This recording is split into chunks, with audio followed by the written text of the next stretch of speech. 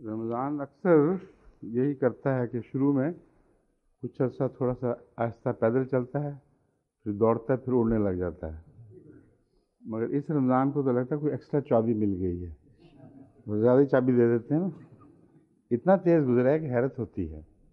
سب کا یہ تاثر ہے، صرف میرا ہی ہے یہی ہے؟ ہاں، عجیب بات ہے۔ پنجابی میں وہ بہت تیزی سے کوئی چیز کرے نا کام، تو کہتے ہیں گاڑی پہ چڑھنا ہے۔ یہ محاورہ ہمارے پنجاب میں چلتا ہے، ہاں گڈی پہ چڑھنا، اس کا ترجمہ میں نے کیا نا، گاڑی پہ چڑھنا۔ ہاں، میں کہا پنجابی میں محاورہ ہے جو یہ معنی رکھتے ہیں۔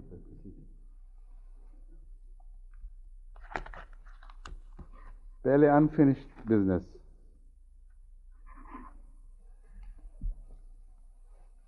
ایک یہ ربوہ سے ایک ہمارے عالم ہیں جو ماہر ہیں ماشاءاللہ، گرامر کے بہت چوٹی کے ماہر ہیں، اور اس کے علاوہ ان کو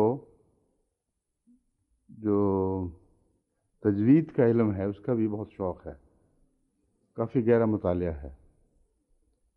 لیکن ایک دفعہ اس سے پہلے بھی انہوں نے تجوید کے متعلق اپنے خیالات کا اظہار کرتے ہوئے یہ فرمایا تھا کہ تجوید کی جو علامتیں ہیں، جن میں سے میم، وقفہ وغیرہ، یہ ساری چیزیں تجوید کے تعلق میں ہیں۔ اصل تجوید تو ہے قرآن کریم کو صحیح تلفظ کے ساتھ پڑھنا، علم میں تجوید وہ ہے۔ اس علم کا نام پتہ نہیں تجوید ہے یا نہیں، مگر اس ضمن میں صحیح طریق پر ٹھہرنا، کہاں رکنا ہے کہاں نہیں رکنا، یہ مضامین ہیں۔ تو یہ تجوید مومن صاحب کو پتہ ہوگا نا؟ نہیں، اچھا تجوید آپ بتائیں اس علم کا نام کیا ہے؟ ایک تو تجوید ہے نا جو وسیع علم ہے، جس کا اس بات سے تعلق ہے قرأت اسی کی ایک شاخ ہے، اور تجوید کا مطلب ہے کس طرح کن مخارج سے کوئی حرف ادا ہونا چاہیے، اور ایک ہے قرأت، اس کے اصول ہیں وہ تجوید کے تابع ہی ہے دراصل۔ ایک تیسری بات یہ ہے کہ کہاں وقفہ کرنا ہے کہاں نہیں کرنا، یہ قرأت سے تعلق رکھتا ہے یا تجوید سے؟ تجوید سے ہی۔ اچھا، جو بھی علم ہے اس وقت وہ مبحث نہیں ہے۔ ایک علم یہ ہے کہ کون سی جگہ ٹھہرنا ہے کون سی جگہ نہیں، کہاں جلدی گزرنا ہے کہاں روک کے گزرنا ہے۔ ان صاحب کو میں نے اس وقت بھی سمجھایا تھا کہ آپ کا یہ خیال غلط ہے کہ تجوید کے یہ اصول آن حضرت صلی اللہ علیہ وآلہ وسلم نے بیان فرمائے ہیں، ہرگز ایسا نہیں ہے۔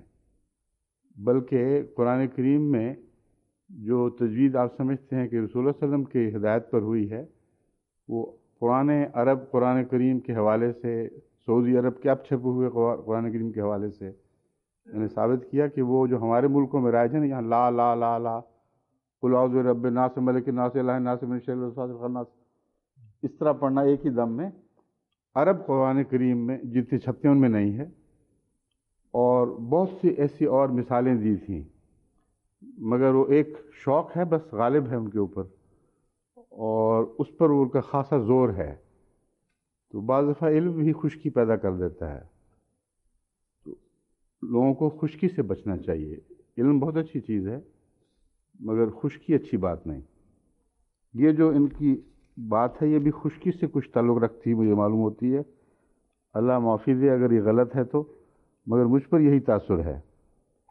وہ کہتے ہیں کہ آپ نے غوریا پڑھا ہے، حالانکہ اوریا پڑھنا چاہیے تھا، ماں غوریا کی بجائے اوریا پڑھنا چاہیے تھا۔ اب یہ پتہ نہیں انہوں نے کہاں سے نکالا ہے، وارا یواری یہ ہے اس کا اصل، اور جب غوریا پڑھتے ہیں تو اس لیے کہ آگے واو حذف ہوتی ہے، اصل میں وارا یواری سے ووریا بنے گا، وارا سے ماضی بنے گا ووریا، اور واو حذف ہو جاتی ہے بیچ کی، گر جاتی ہے، تو اس کی علامت کے لیے الٹی پیش ڈالی جاتی ہے واو کے اوپر، جس کا مطلب یہ ہے کہ آگے ایک واو حذف ہے، اور یہ مراد نہیں ہوا کرتی کہ اس کو اوریا پڑھا جائے۔ چنانچہ میں نے پھر ان کے کہنے پر عرب ممالک میں چھپے ہوئے قرآن کریم 3 دیکھے ہیں، ان سب میں واو کے اوپر سیدھی پیش ڈالی ہوئی ہے، الٹی بھی نہیں، لیکن درمیان میں چھوٹی سی واو ڈال کر یہ بتایا ہے کہ یہ واو پڑھنا نہیں، تلفظ وریا ہی ہے، لیکن یہ بیچ کی واو نہیں پڑھی جائے گی۔ تو یہ کوئی ایسا مسئلہ نہیں کہ جس میں اس کو مباحثہ بنایا جائے۔ میرے نزدیک وریا درست ہے اور میں یہی پڑھتا ہوں، اور مادہ بھی وارا سے ہے، اس لیے وریا پڑھنا ناجائز نہیں، نہ معنوں میں تبدیلی پیدا کرتا ہے، نہ اس کے خلاف کوئی قطعی دلیل وہ پیش کر سکتے ہیں۔ یہاں جو علماء ہیں ان سے جب میں نے گفتگو کی تو مومن صاحب وغیرہ وہ قطعی طور پر اس بات کے قائل ہیں کہ وریا ہی پڑھنا چاہیے، اوریا نہیں پڑھنا چاہیے، کیونکہ یہ ایک اس قسم کا مسئلہ ہے جس میں کچھ اختلاف ہو گیا، اس لیے ان کا نام بتانا مناسب نہیں۔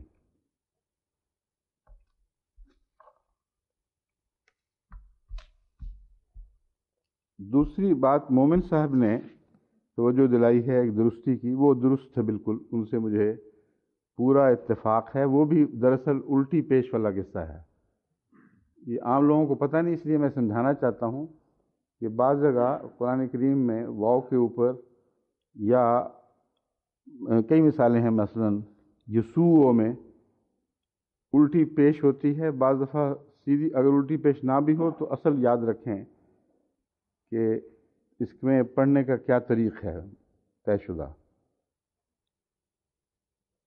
سب جگہ میں نے چیک نہیں کی، اس لیے میں شک کا اظہار کر رہا ہوں کہ شاید کہیں نہ ہو، مگر جو مثالیں میرے سامنے ہیں ان میں قرآن کریم میں لیسوع کے اوپر الٹی پیش ہے۔ وہ کہتے ہیں، ہم نے مومن صاحب کہتے ہیں کہ میں نے سمجھا کہ آپ نے شاید یسوع پڑھا ہے، اور جب درستی کی تھی اس وقت بھی یسوع ہی پڑھا تھا، لیکن چونکہ الٹی پیش یہ ظاہر کر رہی ہے کہ واو حذف ہوئی ہوئی ہے، اس لیے یسوع کی بجائے یسوع پڑھنا چاہیے تھا، واو حذف نہیں۔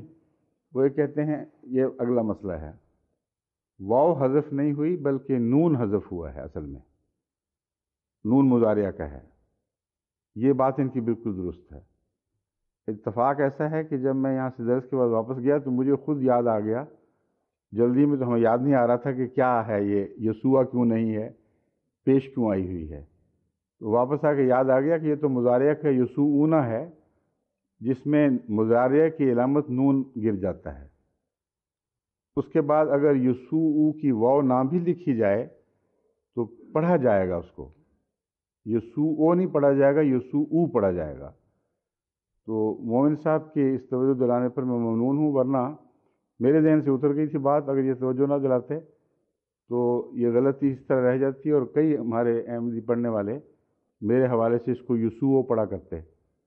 تو ایسی درستی بہرحال لازم ہے تاکہ غلطی کوئی راہ نہ پا جائے۔ اس کی انہوں نے مثالیں دی ہیں مومن صاحب نے بہت سی۔ یلوونا، یلوونا اصل میں ہے یلوونا، یا داؤدو میں یا داوودو تھا، تبھی واو پر الٹی پیش آئی ہوئی ہے، حذف شدہ واو کو دکھانے کی خاطر۔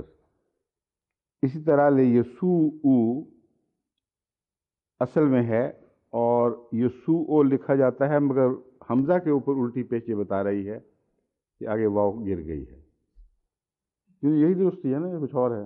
اچھا، نصیر قمر صاحب نے بھی اس کی تصدیق فرمائی ہے، وہ کہتے ہیں ایسی نطقی صاحب نطق ہو جاتی ہے، مگر انہوں نے زیادہ نرمی سے توجہ دلائی، صاحب نطق نہیں ہے، یہ واقعتاً گرامر کے غلط بیان کے نتیجے میں سوچی سمجھی غلطی ہے، یہ صاحب نطق نہیں بلکہ صاحب گرامر تھی اصل میں۔ اور جیسا کہ میں نے بیان کیا ہے، یہ تو مجھے خود بھی یاد آ گیا تھا، مگر یہ یاد نہیں رہا کہ درس پہ درست کراؤں اس کو۔ یہ 2 ہو گئے۔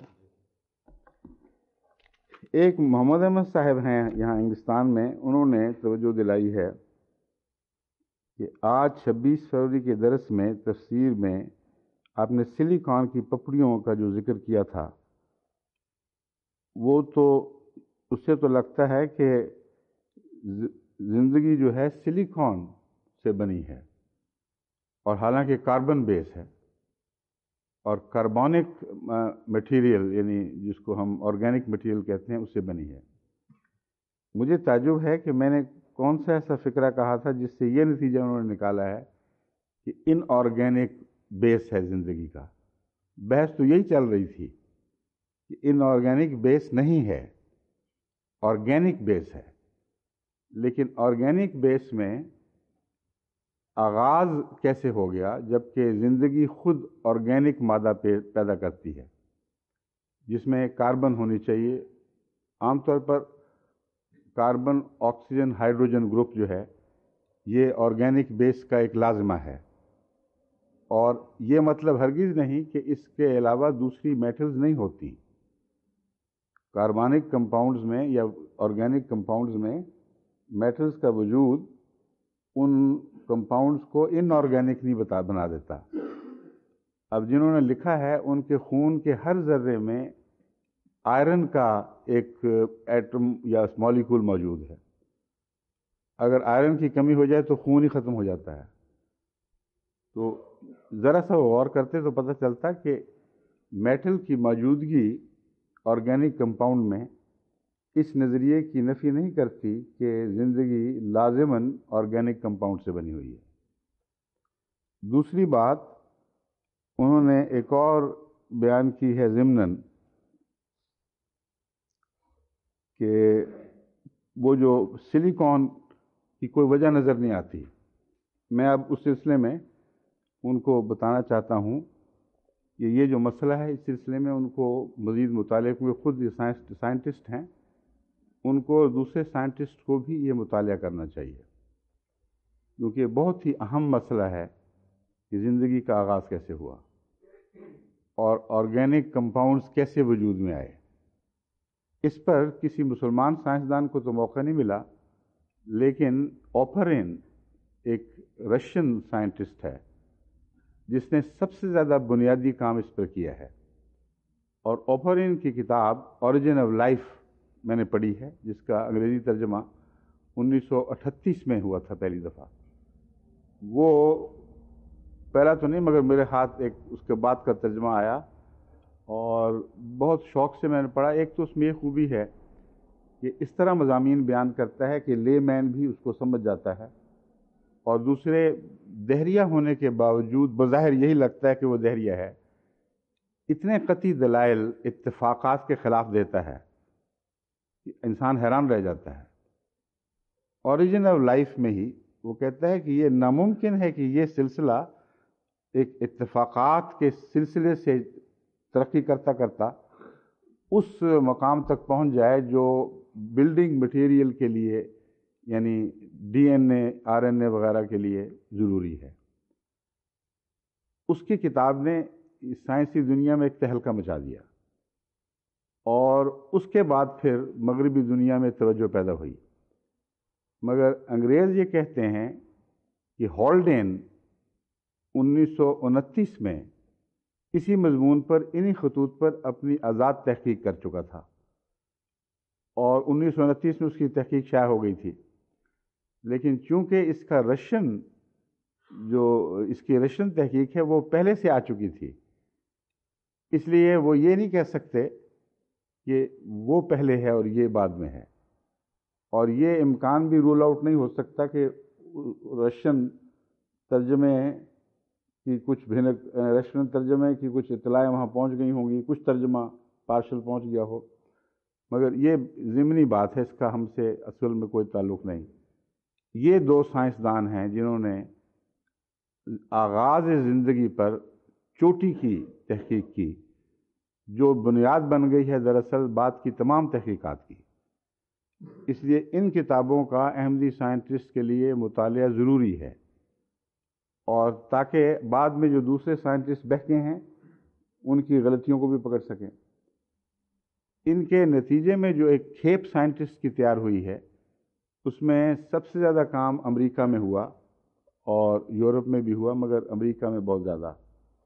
پہلا نظریہ یہ تھا کہ چونکہ وہاں آکسیجن نہیں تھی اس زمانے میں، جو زمانہ انہوں نے تصور میں لے کے آئے ہیں، اس لیے ہائی الیکٹریکل چارجز کے نتیجے میں سمندر میں ایک آرگینک میٹر پیدا ہونی شروع ہوئی اور وہ ایوالو کی ہے. پھر یہ نظریہ ایک عرصے تک مقبول رہا. میں نے جو پہلے ذکر کیے ہیں ان میں ایسی کیمیکل کا ذکر کیا ہے جو ریورسیبل ہے. اصل میں بات یہ ہے کہ ایک کیمیکل نہیں ہے، بہت سی کیمیکلز ہیں جو سمندر میں پیدا ہوئیں اور بظاہر وہ کافی کمپلیکیٹڈ بھی دکھائی دیتی ہیں، مگر یہ پہلا سائنسدان جو ہاولٹس ہے امریکہ کا، اس نے یہ ثابت کیا قطعی طور پر کہ یہ جو مٹیریل ہے یہ واپس ہو جاتا ہے.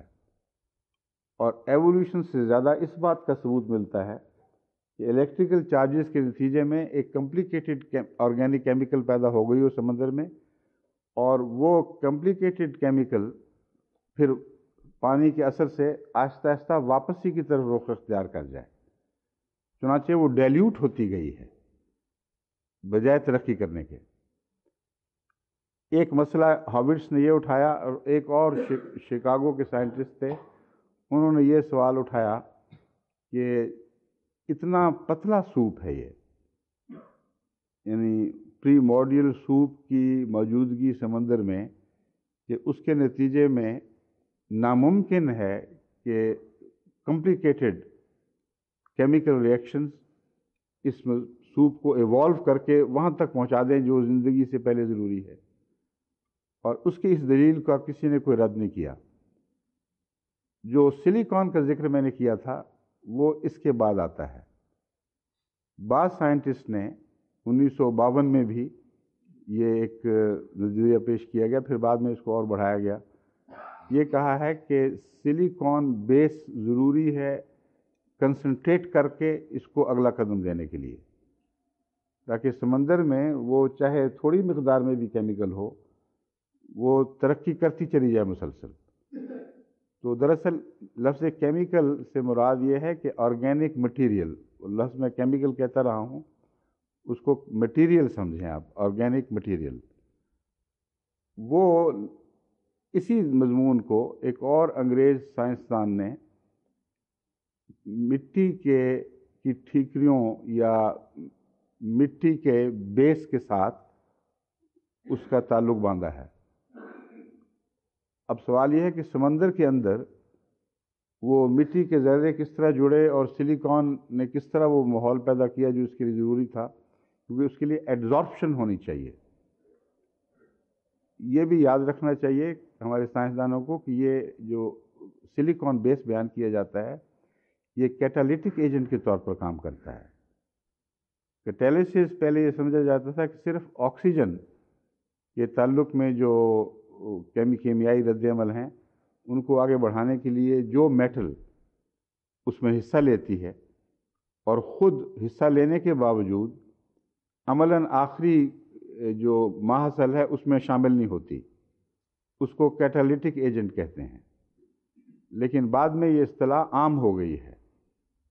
ہر وہ چیز جو ایک کیمیکل کو دوسری کیمیکل سے ملانے میں وہ جو کام کرتے ہیں نا، گو بٹوین، ایک رشتہ ایک طرف سے بات کی دوسرے ایک طرف کی، رشتے میں ان کا کوئی شمار نہیں ہوتا، لیکن رشتے جوڑنے کے ماہر ہوتے ہیں.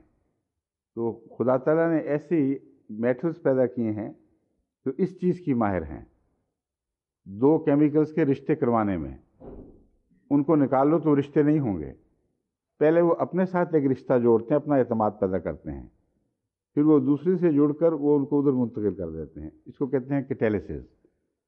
تو یہ جو مضمون ہے سلیکان کا، ویسے بھی وہ یہ مراد نہیں تھی کہ وہ سلیکان بیس پر زندگی بن گئی، بلکہ سلیکان نے، میں نے ایڈزارپشن کا ذکر بھی کیا تھا، ایسی ٹھیکریاں جن میں سلیکان کی مقدار زیادہ تھی لیکن کلے لازماً موجود تھی، ایسی ٹھیکریوں کی سرفس کے اوپر جو تیز دھوپ میں رد عمل ہوا ہے اس کو سرفس رد عمل کو ایڈزارپشن کہتے ہیں.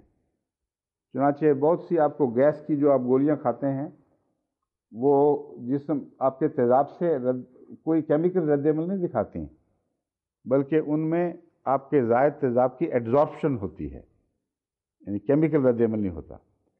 یہ بھی کیمیکل رد عمل کے طور پر یہ ٹھیکریاں کام نہیں کرتی تھیں، بلکہ ایڈزارپشن کے طور پر ایک قسم کا کیٹالیٹک ایجنٹ بن کر نئی تبدیلیاں پیدا کرنے لگیں۔ یہ ہے عمومی بحث اس کی۔ جو معین میں نے بات کی تھی اس کا حوالہ مجھے ابھی تک ملا نہیں، ہم تلاش کر رہے ہیں۔ اسی مضمون پر ایک رسالے میں تحقیق شائع ہوئی تھی کہ سلیکون والا جو تھیوری ہے، جو بجنے والی کھنکنے والی مٹی، وہ نہ صرف یہ کہ اب سائنسدانوں کے نزدیک تقریباً ثابت شدہ ہے، بلکہ آسٹریلیا میں ایک جگہ وہ ہم نے معلوم کی ہے جہاں قرائن بتا رہے ہیں کہ یہ وہ جگہ ہے جہاں سے پہلی زندگی کی کیمیا کا آغاز ہوا ہوگا، یعنی وہ کیمیا جو پھر ایوالو کر کے آگے بڑھی ہے۔ اب اس ضمن میں میاں انس صاحب والے سوال کا جواب مزید یہ دیتا ہوں کہ قرآن کریم نے جو یہ فرمایا ہے کہ ہمہ مسنون سے وہ ٹھیکری بنائی گئی، یہ ایک بہت ہی لطیف بات یہ ہے جس کو مد نظر رکھنا چاہیے کہ زندگی کا وہ مادہ، یعنی زندگی پیدا کرنے کی کیمیا کا وہ مادہ جو سمندر میں بنا تھا، وہ اس لیے ترقی نہیں کر سکتا تھا کہ بہت ہی پتلا تھا، اتنا معمولی جز تھا کہ اس سے آگے بڑھ نہیں سکتا تھا، اور اس کا اکٹھا ہو کر کنسنٹریٹ ہونا ضروری تھا۔ تو سائنسدان صرف یہ نہیں کہتے کہ اس نے کیٹالیٹک ایجنٹ کے طور پر کام کیا ہے، وہ کہتے ہیں بہت سی کیمیکل جو کافی ڈیولپ بھی ہوئی ہیں بجلی کے اثر، بجلی وغیرہ کے کوندوں کے اثر سے، وہ جب باہر نکلی ہیں تو وہاں ان کو کنسنٹریٹ ہونے کا موقع ملا ہے، اور جب وہ مختلف ڈیکیڈ میٹر آرگینک کنسنٹریٹ ہو تو اسی کو بسا ہوا کیچڑ کہا جاتا ہے۔ تو قرآن کریم کا یہ فرمانا کہ بسے ہوئے کیچڑ سے ہم نے وہ ٹھیکری بنائی تھی، حیرت انگیز اعجاز ہے۔ اس اعجاز کو سائنسی زبانوں میں ثابت کرنا یہ ہمارے احمدی سائنسدانوں کو کام ہے۔ میں تو ایک لے مین کے طور پر اسٹڈی کرتا ہوں، جو ماحصل مجھے ملتا ہے میں آپ کو بتا دیتا ہوں۔ آگے سائنسدانوں کا یہ کام ہے، یہ نہ پھر مجھ سے پوچھا کرے کہ یہ سائنٹیفک فارمولہ کیا تھا، یہ آپ کا کام ہے۔ آپ مجھے بتائیں کہ یہ جو حقائق میں آپ کو دے رہا ہوں ان کی روشنی میں آگے پھر کیا کیمیکلز تھیں، وہ کس طرح ان کے رد عمل ہوئے، ان پر آرٹیکلز لکھیں، وہ ہم ریویو میں بھی شائع کر سکتے ہیں، دوسرے اخباروں میں بھی دے سکتے ہیں، کتابیں لکھیں، مگر یہ سائنسدانوں کا کام ہے کہ وہ اس کام کو لے کر آگے بڑھائیں۔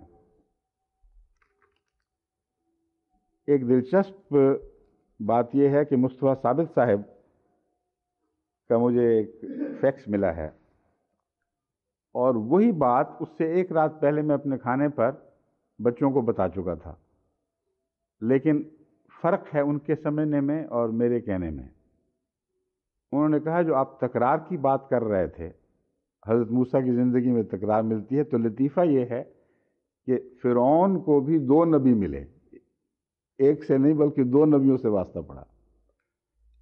یہ مضمون اور طرح بیان ہونا چاہیے۔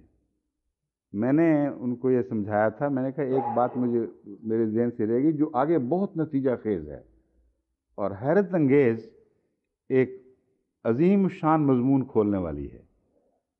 وہ یہ ہے کہ حضرت موسیٰ نے نبی مانگ کے 2 لے لیے، ایک اللہ نے دیا تھا تو ایک ساتھ مطالبہ کر کے لے لیا، اور یہ جو 2 نبی کا اکٹھا ہونا ہے مطالبے کے نتیجے میں ہم عصر نبیوں کا، یہ حضرت موسیٰ کا ایک خاصہ ہے۔ لیکن بات یہیں ختم نہیں ہو جاتی۔ میری توجہ بائبل کی اس پیشگوئی کی طرف گئی، استثناء باب 18 میں جو درج ہے، اسی میں ہے نا کہ میں تیرے بھائیوں میں سے تجھ سا ایک نبی برپا کروں گا۔ تو اس سے ایک عظیم مضمون مجھ پہ روشن ہوا، وہ یہ تھا کہ حضرت موسیٰ نے تو اپنی سادگی میں محض ایک مددگار کے لیے عارضی مدد مانگی تھی، مگر جب خدا قبولیت فرماتا ہے تو عظیم الشان مطالب پیدا کر دیتا ہے۔ تو میں یہ بھائی تو تمہیں میں دے دیتا ہوں، مگر اصل جو آنے والا ہے، تیری دعا کی قبولیت کا نشان بعد میں ظاہر ہوگا، تیرے بھائیوں سے ایک عظیم الشان نبی برپا ہوگا، اور وہ حضرت محمد مصطفیٰ صلی اللہ علیہ وسلم ہے۔ تو دیکھیں یہ جو تکرار کی بحث ہے محض لطائف نہیں ہے، گہرے مضامین ہیں، اور خدا تعالیٰ کے ہاں کوئی لطائف محض لطائف کے خاطر نہیں ہوتے، گہرے مضامین لطائف کی شکل بھی اختیار کر لیتے ہیں یا ضمنی فائدہ دیتے ہیں۔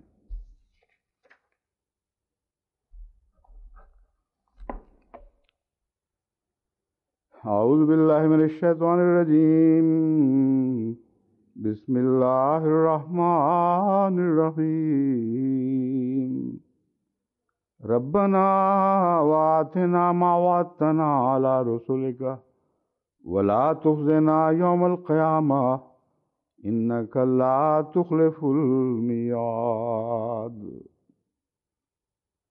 اے ہمارے رب، اور ہمیں دے جو تو نے وعدہ فرمایا اپنے رسولوں کے ہاتھوں، رسولوں پر وعدہ فرمایا یعنی رسولوں کے ذریعے ہم سے وعدہ کی، ہمارے متعلق وعدہ فرمایا۔ ما وعدتنا، وعدہ ہم سے کیا، روشن کس پہ کیا وہ وعدہ؟ رسولوں پر، یعنی سابق میں جو رسول گزرے ہیں ان کی زبانی تو نے ہمارے لیے یہ پیغام بھیجا ہے، ایک وہ وعدہ پورا ہو جائے، اس میں کوئی کمی نہیں ہونی چاہیے، یہ دعا ہے، ورنہ ہم قیامت کے دن ذلیل اور رسوا ہو جائیں گے۔ انک لا تخلف المیعاد، یقیناً تو وعدے ضرور پورے کیا کرتا ہے۔ اس طرز کلام نے کچھ سوال اٹھا دیے ہیں جن کا مفسرین نے مختلف رنگ میں جواب دیا ہے۔ سب سے پہلے تو تخلف المیعاد کا مضمون ہے۔ اس میں خلف کس کو کہتے ہیں؟ پیچھے کو بھی کہتے ہیں اور ردی چیز کو بھی خلف کہتے ہیں۔ تو کسی خلف من بعدہم خلف، جیسے قرآن شریف میں آتا ہے، انہوں نے اس کے بعد ایسے لوگ پیچھے چھوڑے جو نکمے اور بیکار تھے، مگر یہاں لفظ خلف پیچھے آنے والوں کے معنوں میں ہے صرف۔ یہ تو کثرت سے استعمال ہونے والا، عام طور پر لوگوں کو علم ہے۔ سوال یہ ہے کہ وعدہ خلافی کے ساتھ اس مضمون کا کیا تعلق ہے؟ ایک تو یہ کہ جو شخص وعدہ توڑ دے وہ ردی حالت میں ہوتا ہے، ایسا شخص اعلیٰ اقدار کے انسانوں میں شمار ہونے کا اہل نہیں ہوتا۔ اور دوسرا، وعدے کو ٹالنا بھی دراصل وعدہ خلافی ہوتی ہے، بے وجہ اس کو پیچھے پھینکتا چلا جائے آدمی، تو بالآخر وہ پورا ہو یا نہ ہو، مگر وہ بھی دراصل وعدہ خلافی ہے۔ اگر ایک انسان وعدہ پورا کرنے کی اہلیت حاصل کر لے تو پھر مزید تاخیر نہیں ہونی چاہیے۔ مگر یہ خلف کی جو بحث ہے، یہ محض اس کی اندر جو کنو ہے، جو وعدہ خلافی کے لفظ کے اندر فلسفہ ہے، اس کی خاطر علماء نے چھیڑی ہے۔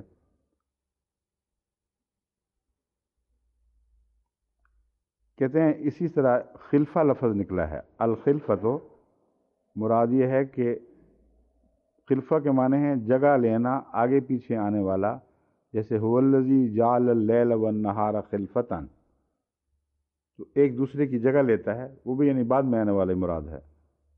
خلف فلان فلانا قام بالامر عنہ، فلاں نے فلاں کے کام کو سنبھالا، جیسا کہ قرآن میں ہے وَلَوْ نَشَاءُ لَجَعَلْنَا مِنْكُمْ مَلَائِكَةً فِي الْأَرْضِ يَخْلُفُونَ، یعنی فلاں کے کوئی کام کو کوئی دوسرا سنبھال لے، ایک کام کسی کا ہے اسے دوسرا کوئی سنبھال لے۔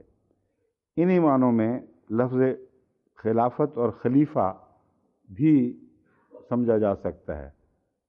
اصل مشن تو خلیفۃ اللہ کا ہے، اسی کا کام تھا، جو اس مشن کو اس کے بعد جاری رکھے وہ خلیفہ کہلائے گا۔ والخلف المخالفت فی الوعد یقال وعدنی فاخلفنی اے خالف فی المیعاد، یعنی خلف کے معنی ہیں وعدہ پورا نہ کرنا، کہا جاتا ہے مجھ سے وعدہ کر کے پورا نہ کیا، یعنی میعاد میں اختلاف کیا۔ جو میں بات کہہ رہا تھا یہ مفردات میں بھی درج ہے، یہ پہلے میں نے پڑھی نہیں تھی، مگر لطف آتا ہے بعض دفعہ دیکھ کے کہ مفردات وغیرہ میں اس کی تائید ملتی ہے۔ وہ کہتے ہیں دراصل وعدے کو ٹالنا ہی وعدہ خلافی ہے، اور اس کو اگر پیچھے پھینک دیا جائے تو وہ وعدہ خلافی کی بنیاد پڑ جاتی ہے۔ المیعاد کا ذکر کھلم کھلا قرآن کریم میں ہے، لا تخلف المیعاد، الوعد یکون فی الخیر والشر، وعدہ کا لفظ خیر اور شر دونوں کے لیے استعمال ہوا ہے، والوعید فی الشر خاصہ، اور وعید کا لفظ محض نقصان والے پہلو سے تعلق رکھتا ہے، جس میں کسی شخص کو دھمکی دی جائے، اس کو متنبع کیا جائے، عواقب سے باخبر کیا جائے، سزا کے متعلق متنبع کیا جائے کہ اگر یہ کام نہیں کرو گے تو سزا ملے گی۔ یہ سارے وعدے ہیں مگر وعید کہلاتے ہیں، اور وعید خاص ہے اس کام میں، لیکن لفظ وعدہ دونوں پر استعمال ہوتا ہے۔ اچھا وعدہ دیا جائے تب بھی لفظ وعدہ آتا ہے، اور اگر بری خبر دی جائے جو ہو کر رہے گی اس کے لیے بھی لفظ وعدہ استعمال ہوتا ہے۔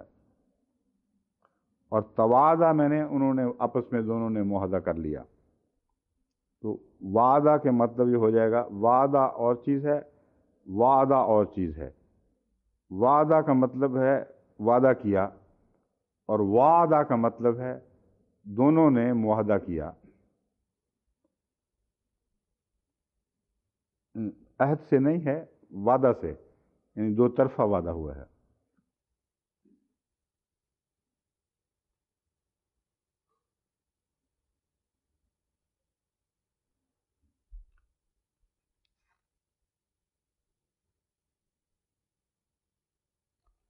اس میعاد کے معنوں میں حضرت امام راغب فرماتے ہیں قال اللہ فجل بیننا و بینک موعدا قل لکم میعاد یوم، تو یہاں وعدہ کا صرف مفہوم نہیں ہے بلکہ مدت معینہ کا ذکر ہے کہ ہمارے درمیان ایک وقت مقرر طے ہو گیا ہے۔ ان معنوں میں قرآن کریم لفظ میعاد کو استعمال کرتا ہے۔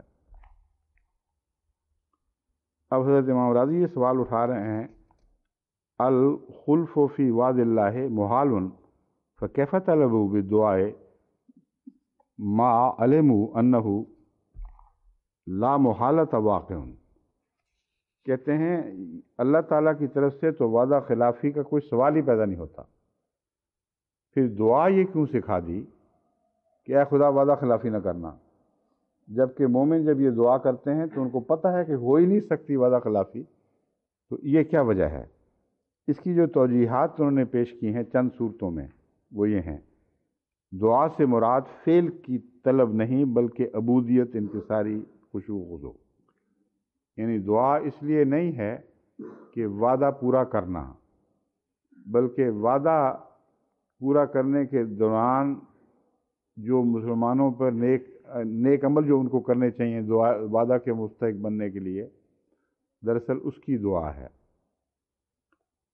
اس کو اس طرح تو وہ نہیں جوڑتے اس کے ساتھ، مگر محض عبودیت خشوع اور خضوع، جب خدا سے دعائیں کریں گے تو دعا میں جو مفہوم ہے عاجزی گرنے کا، اس سے طبیعت میں انکساری بھی پیدا ہوتی ہے، خدا کا خوف پیدا ہوتا ہے، عاجزی بڑھتی ہے۔ تو دعا صرف اپنے نفس کی حالت کو غلطیوں سے بچانے کے لیے اور پاکیزگی عطا کرنے کی خاطر ہے، یہ ان کا ایک موقف ہے۔ دوسرا کہتے ہیں اللہ تعالیٰ امت کی انفرادی شخصیات سے سلوک نہیں کرتا بلکہ ان کے اوصاف کے لحاظ سے سلوک فرماتا ہے۔ وہ متقیوں کے ساتھ جنت کا وعدہ کرتا ہے اور فاسقوں کو سزا کے وعید سناتا ہے۔ آتنا ما وعدتنا کے معنی ہیں ہمیں ان اعمال کی توفیق دے جن کے ذریعے ہم تیرے وعدے کے اہل ہو جائیں۔ یہ جو پہلا میں نے کہا تھا وہ اب ہی آیا ہے، یہ مراد ہے ہمیں ایسے اعمال کی توفیق بخش جن کے ذریعے ہم تیرے وعدے کے اہل ہو جائیں۔ اس لیے اس لحاظ سے آیت کا مقصود دراصل اطاعت کرنا اور معصیت سے بچنے کی توفیق مانگنا ہے۔ اور یہاں بھی وہ کہتے ہیں وہ مراد نہیں ہے کہ وعدہ پورا فرما۔ اللہ نے مومنوں کو دنیا میں نصرت عطا کرنے اور دشمنوں کو سزا دینے کا وعدہ فرمایا ہے، مومن اس وعدے کے جلد پورا کرنے کے لیے دعا کرتے ہیں۔ کہتے ہیں دوسرے اس میں یہ ہے کہ جلدی پورا ہو جائے، زیادہ دیر انتظار نہ کرا۔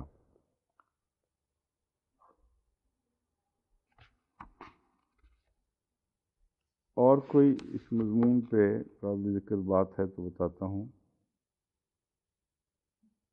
ربنا کی بحث ہے. ربنا جو لفظ ہے یہ اپنی ذات میں ہی ایک مکمل دعا ہے، اور بعض بزرگوں نے یہ بھی لکھا ہوا ہے کہ اگر 5 دفعہ خالی ربنا کہہ دو تو ساری مشکلات حل ہو جاتی ہیں. یہ ٹوٹکے ہیں. دراصل ربنا اپنی ذات میں مکمل دعا یہ درست ہے. چنانچہ جب ہم سمع اللہ لمن حمدہ کا جواب دیتے ہیں تو دعا یہ کرتے ہیں ربنا ولک الحمد. واو کیسی ہے آگے بیچ میں؟ اگر واو نہ ہوتی تو یہ مطلب تھا اے ہمارے رب تیری ہی لی ہے یہ ساری حمد ہے، کامل حمد، مکمل، بہترین، اصل، سب ہم تیرے لیے ہے. لیکن واو نے تعلق توڑ دیا ربنا کا بعد کے فقرے سے. تو اس کی اصل وجہ یہ ہے کہ ربنا دراصل میں مکمل دعا ہے. بہت بچپن کی بات ہے، جب میں اسکول میں پڑھتا تھا ایک دفعہ حضرت میاں بشیر احمد صاحب رضی اللہ تعالیٰ عنہ سے میں نے یہ سوال کیا تھا. میں نے کہا پڑھتے تو ہیں مگر مجھے سمجھ نہیں آتی کہ واو بیچ میں کیوں آ گئی ہے. تو پہلی دفعہ انہوں نے مجھے یہ نقطہ سمجھایا تھا کہ ربنا مکمل دعا ہے، اور جب ہم کہتے ہیں اے ہمارے رب تو رب کی صفات جو ہیں وہ از خود اس پکارنے والے کے لیے جلوہ گر ہو جاتی ہیں، اس پر یہ صفات رحمت برسانے لگتی ہیں.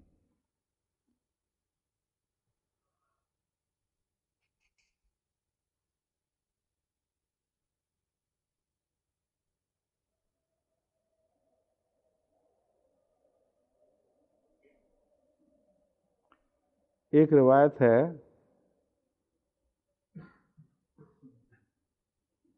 جس میں یہ ذکر ہے نا کہ ان آیات کی تلاوت رسول اللہ صلی اللہ علیہ وسلم فرماتے تھے، تو کہتے ہیں حسن کہتے تھے کہ وہ رسول اکرم صلی اللہ علیہ وسلم ایک دفعہ صرف ربنا ہی پڑھتے رہے، مسلسل ربنا ربنا کی تکرار کرتے رہے.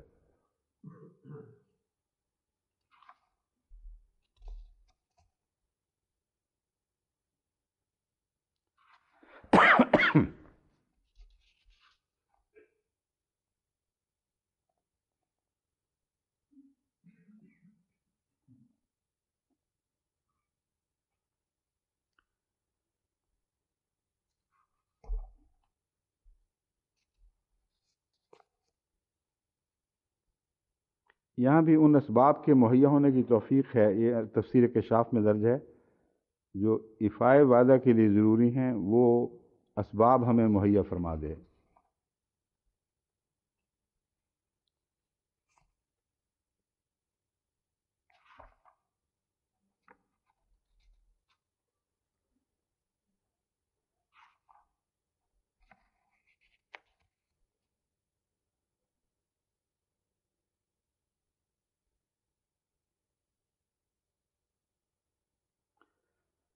دوسرے حضرت مسلم موعود نے بھی نوٹس میں یہ لکھا ہے کہ دوسری شک جو نکلتی تھی اس کی تردید انک لا تخلف المیعاد نے کر دی. یعنی دعا یہ ہے کہ ہمیں اس قابل بنا دے کہ ان وعدوں کے مستحق ٹھہریں.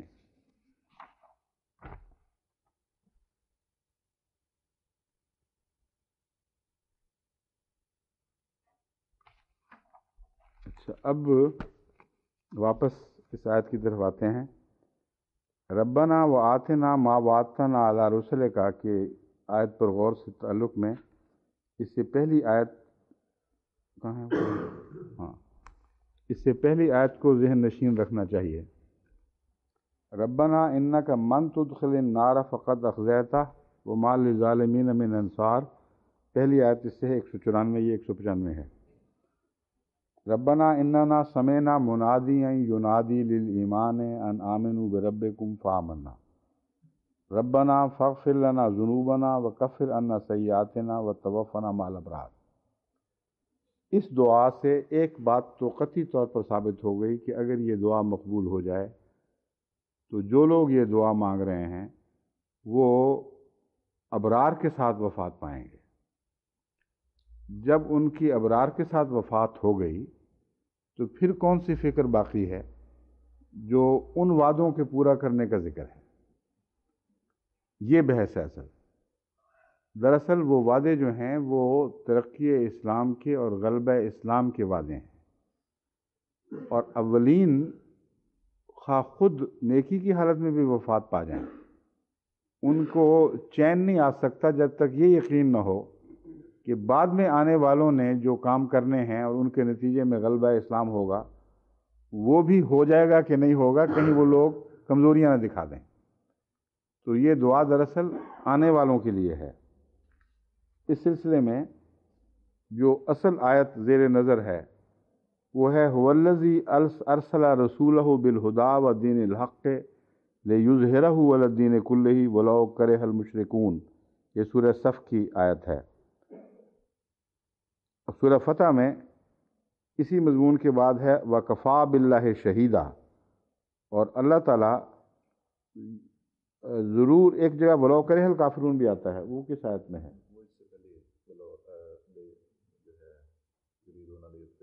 ہاں یریدون لیطفئوا نور اللہ بافواہہم واللہ متم نورہ ولو کرہ الکافرون ہے، اور یہ جو وعدہ ہے اس میں ہے ولو کرہ المشرکون۔ تو وہ کون سا زمانہ ہے جس میں یہ وعدہ پورا ہوگا؟ اس آیت کے متعلق تفسیر ابن جریر یہ ہے تو وہی وعدہ غلبہ اسلام کا جو گزشتہ انبیاء کے ذریعے حضرت محمد رسول اللہ صلی اللہ علیہ وسلم کی آخری غلبے کی خوشخبری کے طور پر ملتا رہا، اور گزشتہ تمام انبیاء کو اللہ تعالیٰ نے آخری لڑائی میں شیطان کے مقابل پر جس غلبے کی خوشخبری دی تھی وہ حضرت محمد صلی اللہ علیہ وسلم کے ہاتھوں آپ کے دین کے غلبے کی صورت میں ہونا تھا۔ اس کی طرف اصل یہ توجہ ہے کہ ہم تو فوت ہو جائیں گے مگر کام باقی رہ جائے گا۔ ہمارا انفرادی طور پر نیک حالت میں مرنا کافی نہیں ہے، جب تک وہ وعدے نہ پورے ہوں اس کا ہمیں چین نصیب نہیں ہو سکتا۔ یہ وعدے کب پورے ہوں گے؟ اس کے متعلق تفسیر ابن جریر میں زیر آیت لکھا ہے، اسی آیت کے نیچے ھذا عند خروج المہدی، اسلام کا یہ غلبہ تمام ادیان پر امام مہدی کے زمانے میں ہوگا۔ بہار الانوار میں جو شیعوں کی حدیث کی کتاب ہے لکھا ہے فنزلت فی القائم من آل محمد، حضرت امام مہدی کو وہ امام قائم بھی کہتے ہیں، تو مراد وہی ہے دراصل کہ وہ آل محمد سے جو قائم پیدا ہوگا اس کے زمانے میں یہ خدا کا وعدہ پورا ہوگا۔ شیعہ اصحاب کی ایک اور معتبر کتاب ہے غایۃ المقصود، اس کی جلد 2 صفحہ 123 میں لکھا ہے مراد از رسول دریں جا امام مہدی موعود است۔ وہ یہ کہتے ہیں کہ یہاں رسول سے مراد ہی امام مہدی ہے۔ تو ایک اور مسئلہ بھی کھڑا ہو گیا کہ ان کے اوپر اب باقی سنی علماء کا فتویٰ چاہیے، یہ ان کا کام ہے۔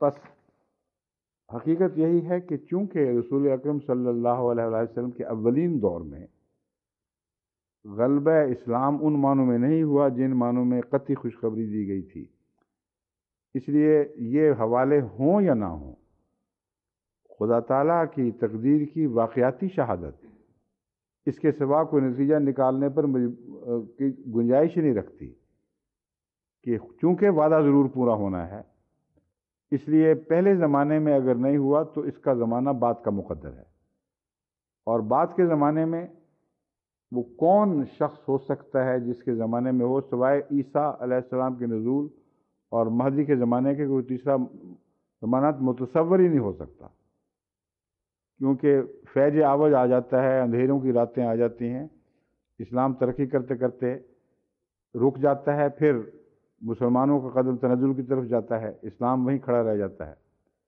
یہ جو دور ہے فیض عوج کا، اس میں کیسے پورا ہو جائے گا؟ جب تک خدا تعالیٰ کی طرف سے وہ امام نہ آئے جسے امام مہدی کہا جاتا ہے یا عیسیٰ مسیح ابن مریم کہا جاتا ہے، اس وقت تک اس وعدے کے کوئی آثار پورے ہونے کے دکھائی نہیں دیتے۔ بس یہ جو دعائیں ہیں یہ اس زمانے کے متعلق ہیں، اور تخلف المیعاد کا مضمون جو ہے وہ قرآن کریم میں اس طرح ملتا ہے کہ خدا تو وعدے پورے نہیں کرتا، خلافی نہیں کرتا، وعدہ خلافی کبھی بھی، لیکن خدا کے وعدے مشروط ہوتے ہیں، اور ان مشروط وعدوں سے متعلق سورہ بقرہ کی 41 آیت یہ بیان کرتی ہے یا بنی اسرائیل اذکروا نعمتی التی انعمت علیکم وہ اوفو بے عہدی اوفے بے عہدکم و ایایا فرحبون، تم اگر عہد پورا کرو گے تو میں عہد پورا کروں گا، ورنہ یہ نہ سمجھ لینا کہ وعدے ہیں تو وعدہ خلافی کا سوال ہی نہیں۔ وعدہ خلافی اگر کوئی کرتا ہے تو لوگ کرتے ہیں، تو مراد یہ ہے کہ ہمیں جب وہ دور آئے گا جب اسلام کے غلبے کے دن مقدر ہیں، اس وقت جو لوگ بھی محمد رسول اللہ علیہ وسلم کی نمائندگی کریں گے ان کو ایسے اعمال کی توفیق نہ دینا کہ تیرے نزدیک وہ عہد شکن ثابت ہوں۔ تو بہرحال عہد پورا کرتا ہے، لیکن اس کے نتیجے میں ضمانت کوئی نہیں ہے کہ ضرور ایسا ہوگا، کیونکہ عہد شکنوں کے لیے تیرا عہد نہیں پہنچتا، تیرے عہد کا فیض ان کو نہیں پہنچتا۔ یہ مضمون ہے جس سے یہ دعا مکمل طور پر سمجھ آتی ہے، ربنا آتنا ما وعدتنا علی رسلک ولا تخزنا یوم القیامہ۔ ہم مر کے نیک ہو کے چلے جائیں گے، آگے جا کے بعد میں آنے والے ہمیں شرمندہ کرا دیں۔ یہ مراد ہے کہ یہ سب سے نیک لوگ جو پیدا ہوئے تو رسول اللہ علیہ وسلم کے زمانے میں پیدا ہوئے، لیکن وعدوں کا وقت بعد کا ہے۔ وہ نسلیں آئیں اور ہم دیکھیں کہ انہوں نے کوتاہی کی تھی اور اس کے نتیجے میں اسلام کے حق میں وہ وعدے اس شان سے پورے نہیں ہوئے۔ پورے تو ہونے تھے ہمارے عہد پر قائم رہنے کے نتیجے میں، بس خدا تو نہیں کرتا، ضرور ہم نے کی ہوگی غلطی، یہ مراد ہے۔ تو اس لیے اس دعا پر آج کل خصوصیت سے جماعت احمدیت کو بہت زور دینا چاہیے۔ غلبہ اسلام کے جو وعدے ہیں وہ اب ہمیں اپنی آنکھوں کے سامنے پورے ہوتے دکھائی دینے لگے ہیں۔ جس طرح اللہ تعالیٰ کے فضل نازل ہو رہے ہیں تمام دنیا پر، اسلام کی طرف توجہ ہو رہی ہے، جماعت احمدیہ کو غیر معمولی خدمت کی توفیق مل رہی ہے۔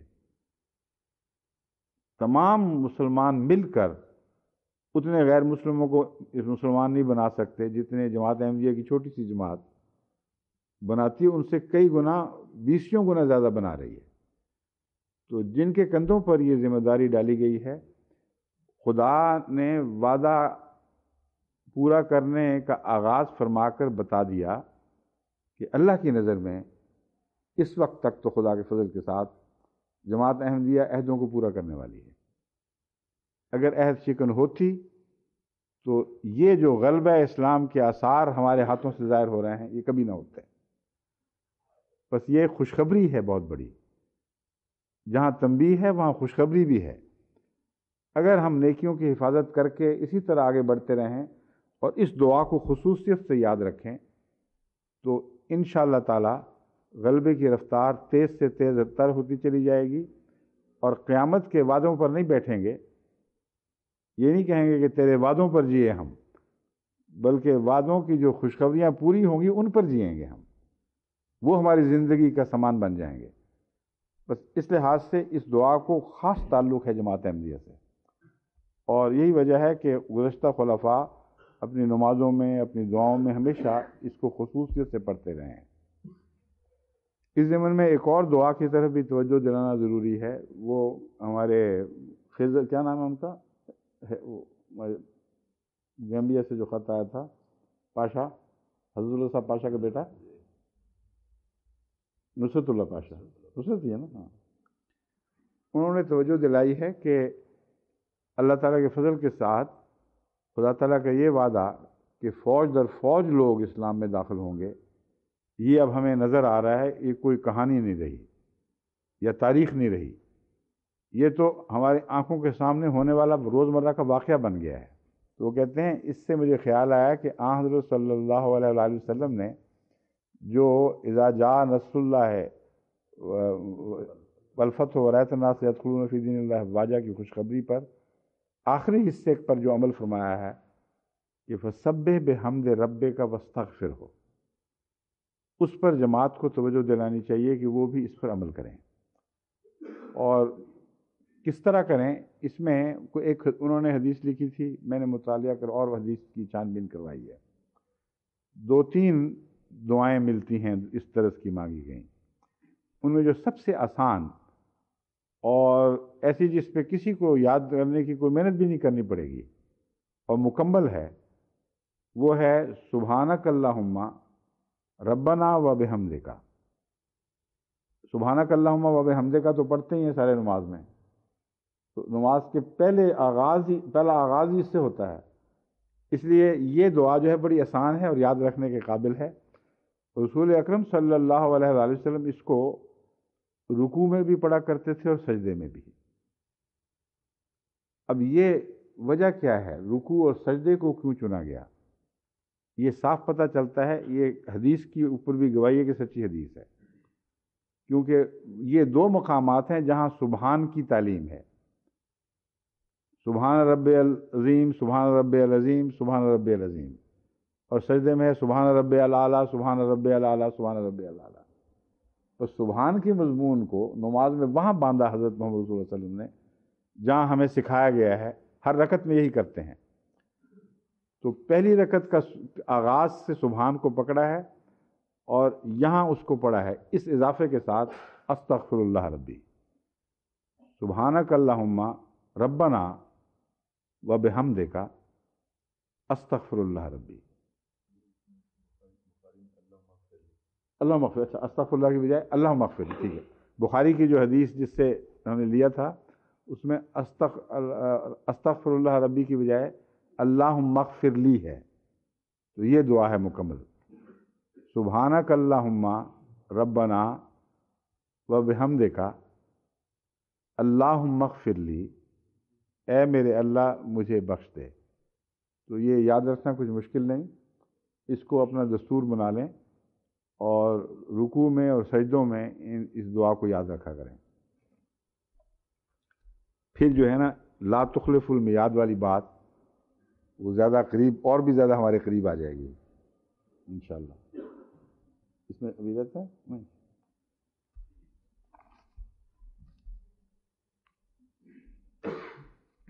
اس کے جواب میں جو خوشخبری ہے وہ یہ ہے فَاسْتَجَابَ لَهُمْ رَبُّهُمْ أَنِّي لَا أُضِيعُ عَمَلَ عَامِلٍ مِّنكُمْ، تو اللہ نے دعا بھی سکھائی اور اطلاع کر دی کہ میں نے قبول کر لی ہے، ان لوگوں کے حق میں یہ دعا قبول ہو گئی، لیکن دعا قبول ہونے اس لیے قبول ہوئی ان لوگوں کے حق میں کہ وہ کام کرتے تھے جو بندوں پر ان کے عہد کے طور پر لازم تھے۔ یہ دلچسپ مضمون ہے جس کا مطلب یہ ہے کہ اس کا یہ صرف مطلب کر لینا کہ وہ وعدے بعد میں آنے والوں کی صورت میں پورے ہوں گے مکمل طور پر، یہ درست نہیں ہے۔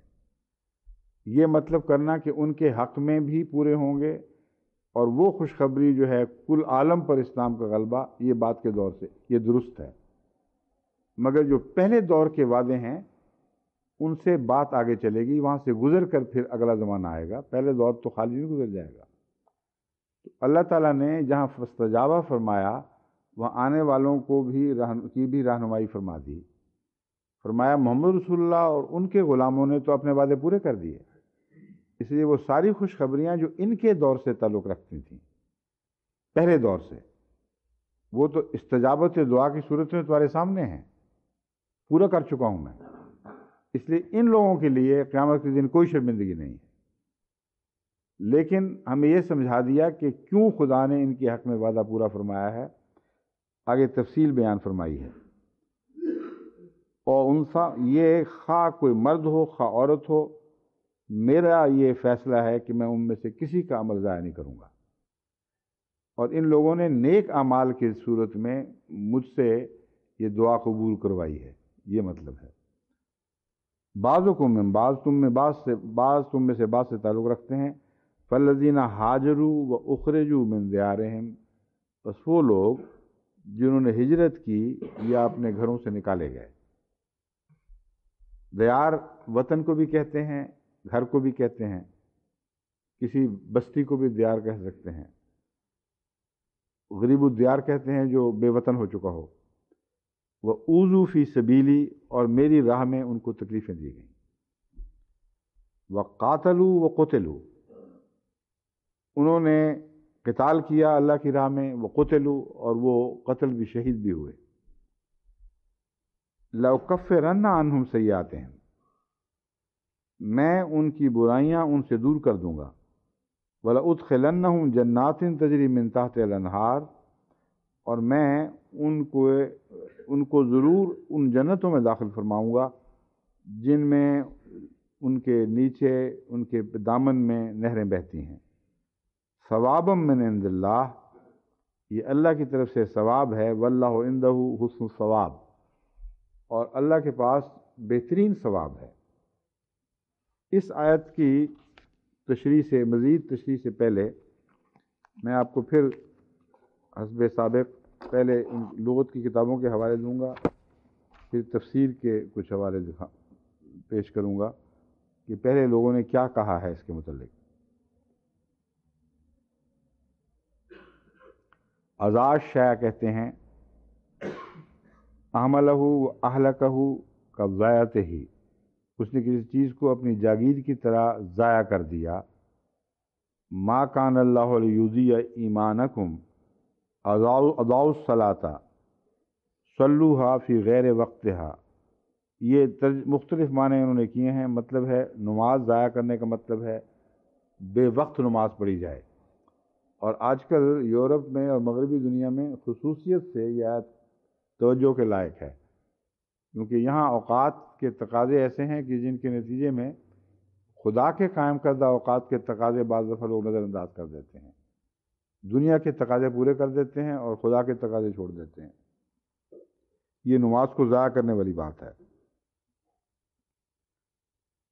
حضرت صلی اللہ علیہ وآلہ وسلم نے جو ویسٹفل اخراجات ہیں، فضول، ان کے لیے بھی اس کا لفظ استعمال فرمایا، اضاع فرمایا ہے اس کو. یعنی ایسے اخراجات جو نقصان دہ ہیں، ویسٹ ہیں، فضول خرچیاں ہیں، اللہ کی منشاء کے خلاف ہیں. ضاع شیء کا معنی مفردات راغب نے کسی چیز کا ہلاک اور تلف ہونا دیا ہے. دیار کی بحث میں وہی مضمون ہے جو میں پہلے پیش کر چکا ہوں. کہتے ہیں دارا یدورو سے نکلا ہے لکثرت حرکات الناس فیہا، کہ دار اس جگہ کو کہتے ہیں جہاں زندگی مشغول دکھائی دے. یعنی سویلائزیشن کے نتیجے میں جب اکٹھے لوگ رہتے ہیں تو اعمال میں حرکت آتی ہے، تجارت ترقی کرتی ہے، میل جول بڑھتا ہے. تو دور سے ہے اصل میں، اور دور کہتے ہیں کسی چیز کے گھومنے کو اور حرکت میں آنے کو. تو اس سے لفظ دیار نکلا ہے. جہاں زندگی بہت متحرک دکھائی دے اس جگہ کو دار کہا جاتا ہے. بہر یہ تو معمولی سی بات ہے. میں کل انشاءاللہ درس پہ آپ کو بتا دوں گا کہ یہ جن کیا ہے،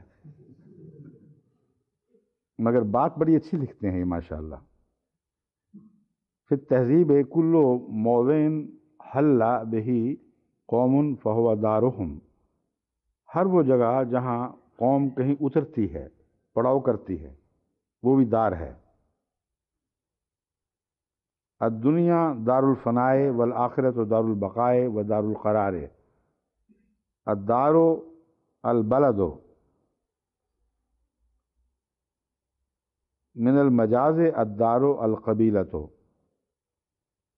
کہتے ہیں ویسے تو شہر ہی ہے عام طور پر، لیکن بعض دفعہ قبیلے کو بھی دار کہتے ہیں. دیار الدار المنزل اعتبارم بدوران الذی لہا بالحائط. مکان کو کہتے ہیں کیونکہ وہ چار دیواری سے گھرا ہوا ہوتا ہے. تو دور ہے نا گھومنے کا، تو اس کا احاطہ ہے. وقیل دارتوں و جمعھا دیارن، اسے دارتن بھی کہا جاتا ہے اور اس کی جمع ہے دیار. ثم تسمى البلدۃ دارن، آگے لفظ ہے کوئی وسطو لکھا ہوا ہے دارن، کیوں جی؟ سطو ہی ہے، کچھ اور ہے. والقط یہ بھی دو نقطے بھی اچھا. وسطو دارن و دنیا کما ہے دارن. پھر دار کا لفظ شہر، علاقہ، نیز دنیا پر بھی بولا جاتا ہے. امام راغب مفردات میں یہ باتیں لکھتے ہیں. ثوابن کے اوپر بھی بڑی دلچسپ بحث ہے. اصل الصوب رجوع الشیء الی حالتہ الاولی التی کان علیہا. کہتے ہیں صوب کا اصل لفظ جو صوب اور ثواب جس سے نکلتا ہے اور کپڑا، اس کا اصل معنی جو بنیادی ہے عربی میں وہ تو ہے اپنی اصلی حالت کی طرف لوٹ جانا۔ تو اس سے یہ آگے لفظ پھر کیسے نکلے؟ کپڑے کو کیوں صوب کہا جاتا ہے اور ثواب کا کیا تعلق ہے اس مضمون سے کہ اپنی اصلی حالت کی طرف لوٹ جائے؟ یا اس سے وہ نتیجہ حاصل ہونے کے لیے بھی ہے جو غور و فکر سے حاصل کرنا مقصود ہوتا ہے؟ اس کو تو چھوڑیں۔ صاب فلان الی دارہ، کہتے ہیں صاب فلان الی دارہ، اپنے گھر لوٹ آیا۔ تو گھر کی طرف ہی سارے لوٹتے ہیں، جہاں جو اصل جگہ تھی۔ سفر عارضی چیز ہے، گھر دائمی چیز ہے۔ صابت الی نفسی، سانس لوٹ آئی، سانس باہر نکلے واپس نہ آئے، پھنسی ہوئی ہو واپس آ جائے تو کہتے ہیں میری سانس لوٹ آئی۔ کہتے ہیں الثوب سمی بذلک لرجوع الغزل الی الحالۃ التي قدرت له، کسی چیز سے مقصد حاصل ہونے کے اعتبار سے کپڑے کو ثوب کہا جاتا ہے، کیونکہ سوت کاٹنے سے غرض کپڑا بننا ہوتا ہے، لہذا کپڑا بن جانے پر گویا سوت اپنی حالت مقصودہ کی طرف لوٹ آتا ہے۔ وقضا ثواب العمل، اور اسی طرح ثواب العمل کا محاورہ ہے۔ مراد یہ ہے کہ کپڑے کو ثوب اس لیے کہتے ہیں کہ سوت جو کاتا گیا اس کا مقصد کپڑا بنانا تھا۔ اگر خالی سوت پڑا رہے تو وہ اپنے اس مقصد سے دور پڑا رہتا ہے جس کی خاطر اسے بنایا گیا تھا۔ جب اس کو کپڑے کی صورت میں بن دیتے ہیں تو اپنے مقصود کو پا لیتا ہے۔ ان معنوں میں کپڑے کو ثوب کہا جاتا ہے۔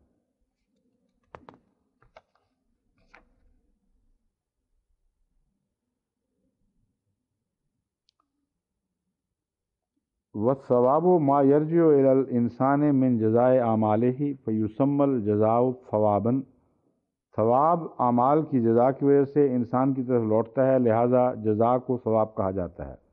یہ ہے اصل جو اب نقطہ نکالا جا رہا ہے۔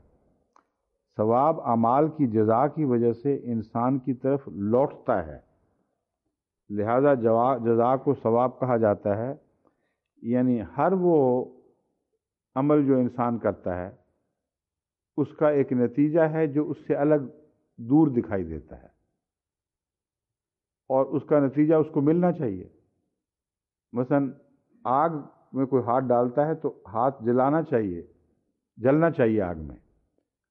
اور جو روزمرہ ایک ہاتھ دو کا مضمون چلتا ہے دنیا میں، اس میں ثواب کا لفظ نہیں آتا، کیونکہ ادھر عمل کیا ادھر اس کی جزا مل گئی۔ لیکن جہاں جزا عمل سے دور رہے اس جزا کو وہاں سے اٹھا کر واپس پہنچانا، یہ ثواب ہے۔ اور ثواب برا بھی ہو سکتا ہے اور اچھا بھی ہو سکتا ہے۔ بس اللہ تعالیٰ فرماتا ہے تم نے نیک اعمال اس دنیا میں کیے، قربانیاں دیں، تمہارا اجر تو مترتب ہو گیا، لیکن تم نے پایا نہیں اس دنیا میں۔ بس جب تک خدا تم تک وہ اجر نہ پہنچا دے جس کے تم مستحق ہو گئے ہو، خدا پر یہ قرض رہے گا۔ بس تمہیں وہ دیتا ہے، لیکن اس طرح کہ اس کو بڑھا کر دیتا ہے۔ واللہ عندہ حسن الثواب، اللہ کا جو واپس لوٹانا ہے وہ اتنا نہیں ہوا کرتا جتنا انسان نے کمایا ہے، بلکہ وہ اپنے فضل سے اس میں غیر معمولی اضافہ فرما دیتا ہے۔ تو اور دوسرے یہ وہ ایک جگہ ہے جہاں روپیہ بڑھتا ہے۔ چنانچہ قرآن کریم نے جہاں سود کی مناہی فرمائی ہے وہاں خدا کی راہ میں خرچ کرنے کو فرمایا ہے کہ بڑھتا اس طرح ہے، جو تم خرچ کرو گے غریبوں پر اور زکوٰۃ وغیرہ دو گے اس میں روپیہ بڑھتا ہے۔ ہم دیکھ رہے ہیں کہ گھٹتا ہے۔ تو بڑھتا کا جو وعدہ ہے وہ اس دنیا میں بھی پورا ہوتا ہے، مگر غیر معمولی طور پر آخرت میں پورا ہوگا، کیونکہ سود کا اصول تو وہی نظر آتا ہے کہ جتنی دیر کسی کے پاس پیسہ رہے اتنا بڑھے گا۔ تو اللہ تعالیٰ کے اوپر تو سود کا مضمون نہیں آتا، وہ جزا کا مضمون ہے۔ کوئی ایسی شرط نہیں ہے جس کو اس نے پورا کرنا ہے۔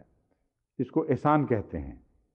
اپنی طرف سے کسی کے پیسے کو، کسی کے مال کو جو اس کی خاطر پیش کر دیا گیا ہو بڑھا دینا، یہ بظاہر لگتا ہے کہ وقت کے ساتھ بڑھ رہا ہے، اس طرح نہیں ہے، احسان ہے، وقت کے ساتھ بڑھنے کا کوئی مضمون نہیں ہے۔ چنانچہ اللہ تعالیٰ نیک اعمال میں بڑھانے کا ذکر کرتا ہے، بد اعمال میں کہتا ہے اتنا ہی دوں گا جتنا ہے۔ تو صاف پتہ چلا کہ وقت از خود نہ بڑھانے کی طاقت رکھتا ہے نہ گھٹانے کی طاقت رکھتا ہے۔ اللہ تعالیٰ ہی ہے جو جب عدل کے ساتھ سلوک کرتا ہے اور رحم کے ساتھ، تو جتنا کسی کا قصور ہے اس سے بڑھ کر اس کو سزا نہیں دیتا، لیکن جب احسان کا سلوک فرماتا ہے تو اس کے اعمال سے بہت بڑھ کر اس کو جزا عطا کرتا ہے، یہ ثواب ہے، اور کہتا یہ ہے کہ تیرا حق ہے، تیری طرف لوٹنا چاہیے تھا۔ ثواب میں یہ مضمون پھر بھی داخل رہتا ہے۔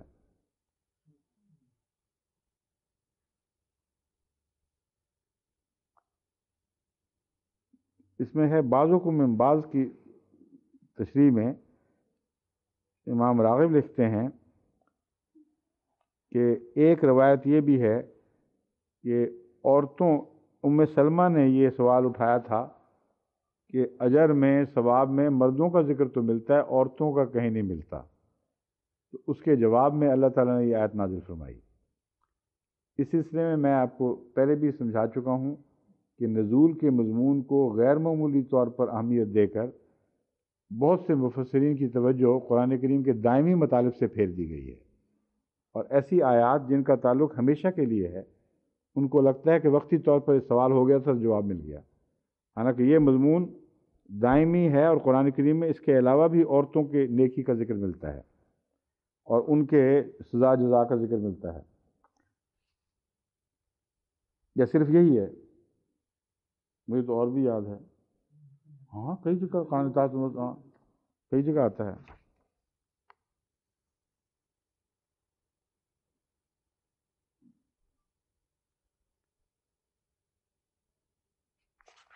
باقی تو کوئی ایسی خاص بات نہیں ہے۔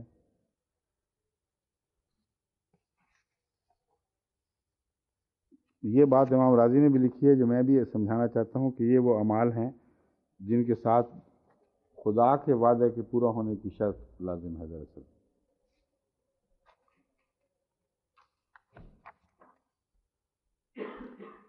ہاجروں میں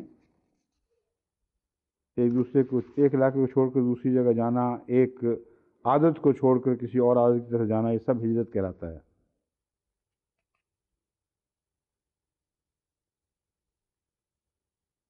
اور شیعہ ترجمہ قرآن میں لکھا ہوا ہے القرآن المبین فی تفسیر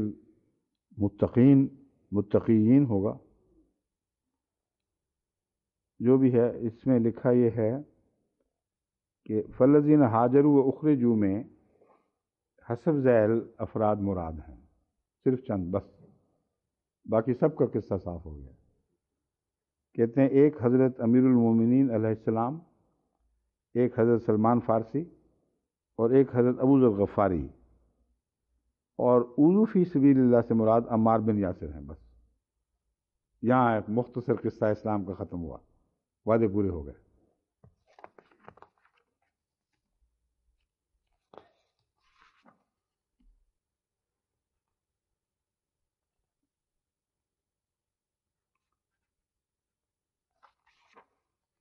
باقی وہ ضمنی معمولی وہی ترجمے ہیں، انہی کو دوسرے لفظوں میں بیان کر دیا ہے، کوئی خاص تفصیلی نقطہ نہیں۔ کشاف کیا کہتے ہیں کہ صاحب کشاف؟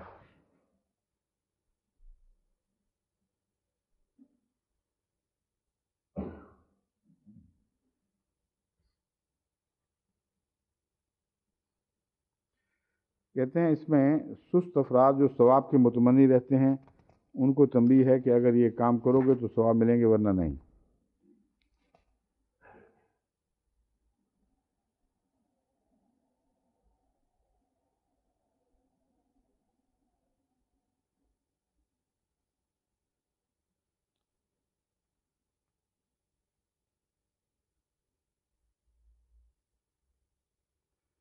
یہ جو نقطہ ہے حضرت امام راضی کا، یہی ہے دراصل جو میں آپ کے سامنے رکھنا چاہتا تھا، اور حضرت امام راضی اس پر پہلے ہی روشنی ڈال چکے ہیں۔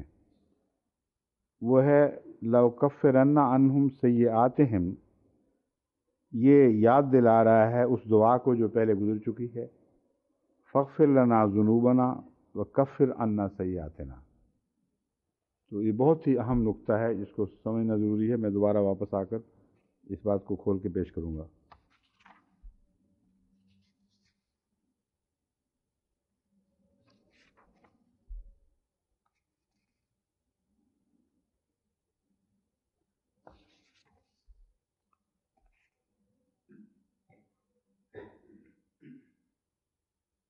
بہت سارے ہمارے احمدی مفسرین نے، حضرت مسلم موعود نے بھی اس آیت کو یورپ کے اعتراضات کے جواب میں بھی پیش فرمایا ہے، کہ وہ کہتے ہیں عورت کا کوئی مرتبہ مقام درج نہیں ہے۔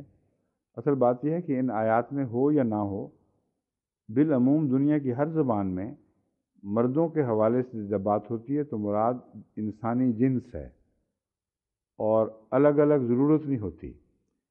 یہ جنون اب شروع ہوا ہے کہ مردوں کے نام سے جب تم عورتوں کو بھی داخل سمجھتے ہو تو ان کی بےزتی ہے، اس لیے چیئر مین کی بجائے، چیئر وومن کی بجائے چیئر پرسن کہنا چاہیے، کہ دونوں شامل ہو جائیں۔ تو یہ بےہودہ لغو اعتراض ہے۔ یہ آیت اس طرح نہ بھی ہوتی تو مسلمہ دنیا کا اصول ہے، تاریخ انسانیت جس پر گواہ ہے، کہ جوں جوں انسان نے ترقی کی ہے، اس میں حوالہ جنس انسانیت کی طرف دیتے ہوئے مرد کا دیا گیا ہے، اور عورت کو اس میں شامل سمجھا گیا ہے، اس سے الگ نہیں سمجھا گیا۔ تو قرآن کریم نے کھول بھی دیا، کیونکہ صرف اس لیے نہیں کہ حضرت سلمہ نے، ام سلمہ نے سوال اٹھایا تھا، بلکہ آئندہ لوگوں نے چونکہ ایسی گفتگو کرنی تھی، اس لیے قرآن کریم نے یہیں اس مضمون کو کھول دیا۔ یہ جارج سیل بھی ام سلمہ کی روایت بیان کرتا ہے، یہ اس لیے تھا۔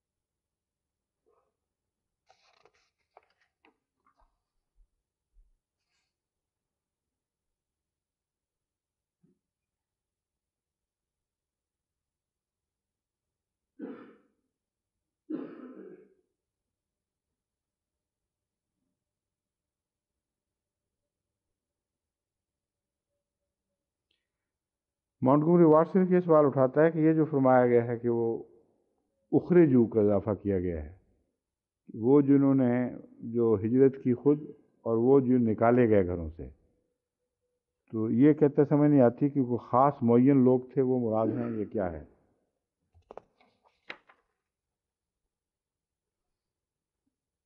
سب سے پہلے تو ہجرت کرنے والوں کو ذکر ہے، اس میں نکالے گئوں کا نہیں، مگر اس میں مفہوم نکالے گئے کا دراصل پس منظر میں شامل ہوتا ہے۔ آن حضرت صلی اللہ علیہ وآلہ وسلم کو مکے سے نکالا ہی نہیں گیا، بلکہ روک کر قتل کرنے کے ارادے سے گھیرا ڈالا گیا تھا۔ تو سب سے پہلا ذکر تو رسول اللہ علیہ وسلم کا ہونا چاہیے تھا، اور وہ آپ کے ساتھی جو از خود نکلے ہیں، مگر ان کے لیے رہنا محال کر دیا گیا تھا، اور پھر وہ جن کو واقعتاً لوٹ کر نکال دیا گیا، ایسے بھی لوگ تھے۔ کچھ ایسے تھے جن کے نکالنے کا معنی صرف یہ ہے، یہ اس لیے یہ مونٹگومری واٹ کچھ تھوڑا سا متردد ہے کہ یہ تو پتہ چلتا ہے کہ ان کو لوٹا گیا، ان کو مارا گیا، سزائیں دی گئیں، مگر دھکے دے کر نکالا گیا کا مضمون شاید قطعی طور پر معین آدمیوں کے متعلق کہیں مل جائے تو الگ بات ہے، عموم نہیں ہے۔ مگر اخرجو من دیارہم، اس کے پہلے کی تشریح بھی ہو سکتی ہے، کہ جب ہم کہتے ہیں کہ وہ لوگ جنہوں نے ہاجروا فی سبیل اللہ ہے، جنہوں نے ہجرت کی، وہ اخرجوا من دیارہم، دراصل ہجرت کی وجہ ہے کہ کیوں ہجرت کی؟ اس لیے کہ وہ اپنے گھروں میں رہ نہیں سکتے تھے، ان کے لیے گھروں میں رہنا ناممکن بنا دیا گیا تھا۔ سورہ الحج میں اس مضمون کو اللہ تعالیٰ یوں بیان فرماتا ہے، یہاں قاتلوا و قتلوا بھی آتا ہے، انہوں نے قتال کیا، اس سے شبہ یہ پڑتا ہے کہ گویا انہوں نے قتال میں پہل کی تھی، مگر سورہ حج کی آیت اس مضمون کو بالکل کھول دیتی ہے۔ اذن للذین یقاتلون بانہم ظلموا، ان لوگوں کو قتال کی اجازت ہے جن سے پہلے قتال شروع کیا جا چکا ہے. یعنی اس میں اسی مضمون کو مزید وضاحت سے بیان فرمایا ہے کہ یہ جو قاتلہ کا کام کیا ہے اپنی طرف سے نہیں کیا تھا، بلکہ پہلے ان کے خلاف قتال ہوا ہے، پھر جب جوابی کارروائی کی ہے تو اس میں شہید ہوئے ہیں کچھ. وَإِنَّ اللَّهَ عَلَىٰ نَصْرِهِمْ لَقَدِيرٌ، اور اللہ ان پہ مدد کا پر قادر ہے پوری طرح. پھر فرماتا ہے الَّذِينَ أُخْرِجُوا مِن دِيَارِهِمْ، یہاں خرجو کا کوئی مضمون نہیں ہے، تو اخرجو ہی ہے دراصل. تو وہاں اس کا معنی ہم یوں لیں گے کہ وہ لوگ جنہوں نے ہجرت کی یا اپنے گھروں سے نکالے گئے نہیں، بلکہ یہ وہ لوگ ہیں جن کو دراصل ہجرت پر مجبور کر دیا گیا تھا. ان کو گھروں سے ان معنوں میں نکالا گیا کہ ان کے لیے وہاں رہنا ناممکن بنا دیا گیا.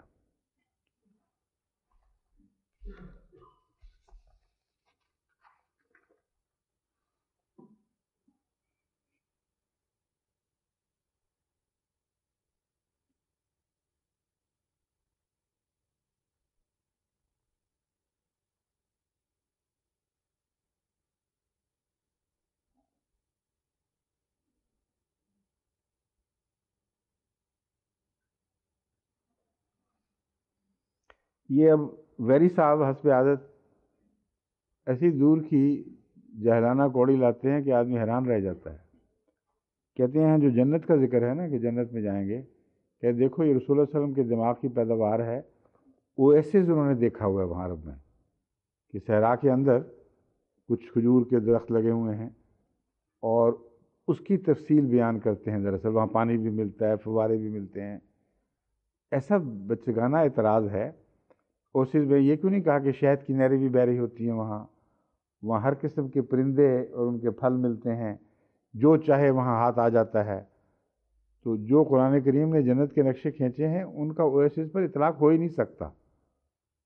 پانی بھی بہتا ہے، شراب بھی بہتی ہے، اور شہد بھی بہتا ہے، دودھ بھی بہتا ہے. یعنی شراب سے مراد پانی اگر لے لیں تو دودھ بھی بہتا ہے. تو یہ اویسس ویری صاحب نے کہاں دیکھا تھا جہاں دودھ بہہ رہا ہے، شہد بہہ رہے ہیں اور ہر قسم کے پرندے مہیا، اور مما یشتہون، اویسس میں جا کر جو خواہش کرو ضرور پوری ہو جاتی ہے. تو محض ایک جاہلانہ باتیں ہیں. یہ دراصل انسان کا جو تصور ہے ایک اعلیٰ زندگی کا، صرف وہ بیان نہیں فرمایا بلکہ اس میں گہری حکمتیں ہیں. ورنہ یہ تو کوئی اعلیٰ زندگی نہیں ہے کہ شہد کی نہریں بہہ رہی ہوں، شہد پی پی کے اور دودھ پی پی کے مصیبت پڑ جائے. وہ ان کی صفات حسنہ کی طرف اشارہ ہے. شراب کا ذکر ہے تو فرمایا ایسی شراب جو بہکائے گی نہیں. اگر شراب سے نشہ نہیں چڑھنا تو شراب کیسی؟ دودھ جو بسے گا نہیں، صاف پتہ ہے کہ دنیا کا دودھ مراد ہی نہیں ہے. تو یہ جو تصور ہے محض عیش و عشرت کی زندگی کا تصور نہیں، اس میں بہت گہرے پیغامات ہیں کہ جنت کن مضامین پر مشتمل ہوگی. وہاں تک تو ان بیچاروں کی نظر نہیں جاتی، اور جہاں تک جاتی ہے اس سے آگے بڑھا بھی لیتے ہیں کچھ دیر داستان کے لیے، یا کچھ کم کر لیتے ہیں. صرف اعتراض کی نیت ہے اور کوئی مقصد نہیں.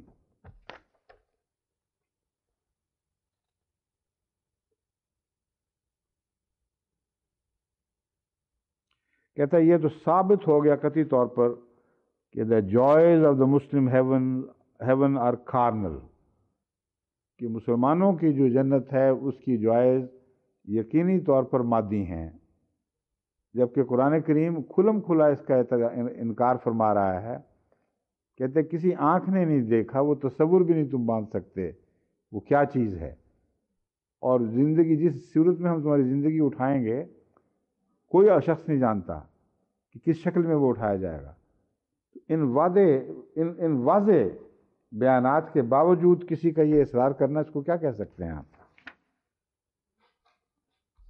اب اس آیت کا جو تشریح ہے وہ میرا خیال آپ ختم کر کے اس کو مکمل کر کے پھر جاتے ہیں، ورنہ پھر آگے ایک دن رہ جاتا ہے ہمارے پاس. یہ صورت تو ختم ہوتی دکھائی نہیں دیتی، شاید ہو جائے. فاستجاب لهم ربهم انی لا اضیع عمل عامل منکم من ذکر و انثی. اللہ نے ان کی دعا قبول فرما لی. تو دعا کون سی ہے؟ نکالے نا وہ.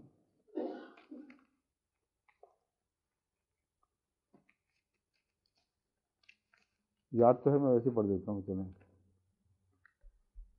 اننا سمعنا منادیا ینادی للایمان ان آمنوا بربکم فآمنا ربنا فاغفر لنا ذنوبنا وکفر عنا سیئاتنا وتوفنا مع الابرار.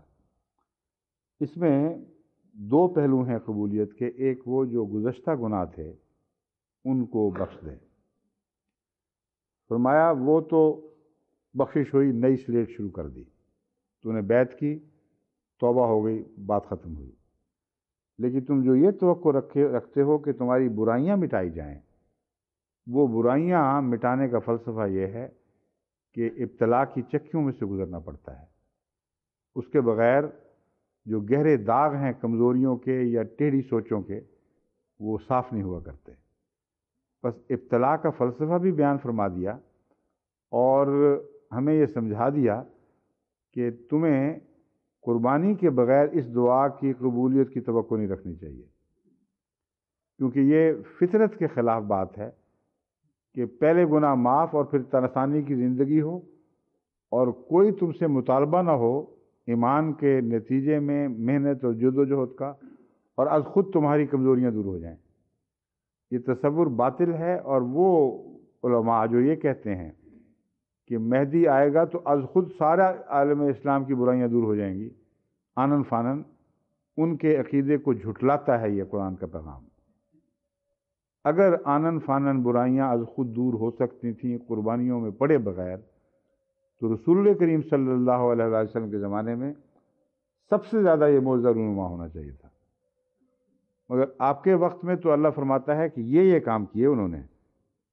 کیا کام تھے؟ ہاجروا و اخرجوا من دیارہم، ہجرتیں کیں، گھروں سے نکالے گئے. اوذوا فی سبیلی، میری راہ میں اذیت دیے گئے. قاتلوا، وہ لڑے، مقابلتاً لڑے. وقتلوا، اور شہید کیے گئے. ان لوگوں کے متعلق میرا وعدہ ہے، لا اکفرن عنہم سیئاتہم، میں یقیناً ان کے گناہ بخش دوں گا، نہ ان کی برائیاں دور فرما دوں گا. حضرت امام راضی نے جو بات کی ہے اس میں اور اس میں یہ فرق ہے صرف جو میں بات کر رہا ہوں. انہوں نے ذنوب کو بھی اس شرط کے ساتھ شامل کر لیا تھا، حالانکہ قرآن کریم نے ذنوب والے حصے کے ساتھ کوئی شرط بیان نہیں فرمائی. ربنا فاغفر لنا ذنوبنا جو حصہ ہے پہلا، وہ ایمان کے تقاضے کے طور پر از خود ہو جاتا ہے. جو سچے دل سے ایمان لے آئے اس کو گزشتہ گناہوں کی فکر نہیں رہتی. دوسرا حصہ جو ہے وہ ہے سیئات کا. یہ سب سے مشکل مضمون ہے، اور یہ مضمون ایسا ہی ہے جیسے دھوبی کپڑے کو پتھر پر پٹخ پٹخ کر اس کے داغ دور کرنے کی کوشش کرتا ہے. کئی قسم کے ڈٹرجنٹ ایجاد ہوتے ہیں اور ٹیلی ویژن پہ آپ کو دکھائے جاتے ہیں کہ یہ بایو ڈٹرجنٹ ہے، یہ کیمیکل ڈٹرجنٹ ہے، یہ دیکھو یہ داغ اس طرح دور کیا ہے اس نے، لیکن مشین میں گھومنا پڑتا ہے. تو ایک سائنٹیفک نظام ہے جو دنیا میں بھی ہے اور روحانی امور میں بھی ہے. اللہ فرماتا ہے یہ وعدہ میں ضرور پورا کروں گا، مگر شرط یہ ہے کہ تم ان قربانیوں میں بڑھ چڑھ کر حصہ لو جو قوموں کی اصلاح کے لیے ضروری ہیں. بس وہ دور جو دکھوں اور مصیبتوں کا دور ہے، اس کی سب سے بڑی خوشخبری جو پہلی جزا ہمیں اسی وقت مل جاتی ہے، وہ یہ ہے کہ اس کے نتیجے میں اصلاح احوال ہوتی ہے. اب آپ دیکھ لیں 1953 میں بھی جو فساد ہوئے، 74 میں ہوئے، اب جو ہو رہے ہیں، ان کے نتیجے میں جماعت دھل رہی ہے اور صاف ہو رہی ہے. اور جو بودے کپڑے ہیں وہ ایک طرف پھینکے جا رہے ہیں، ان کو قبول ہی نہیں کرتے. چنانچہ بعض دفعہ ہم جب پڑھا کرتے تھے تو جو مال روڈ پر جو دکانیں ہوتی تھیں نا ڈرائی کلیننگ کی، وہ سارے کپڑے پوری طرح دیکھا کرتے تھے، کیونکہ بودے کپڑے وہ کہتے تھے کہ دھلائی شلائی میں پھٹ کے ختم ہو جائیں گے تو ہم سے مطالبے کرو گے. تو جو بودے کپڑے تھے ان کو ایک طرف پھینک دیتے تھے، وہ اس لائق ہی نہیں تھے کہ ابتلا میں ڈالے جائیں. تو بودوں کو چھوڑ کر جو جماعت کے کپڑے جان رکھتے تھے ان کے ساتھ تو خدا نے یہی سلوک اب بھی فرمایا ہے.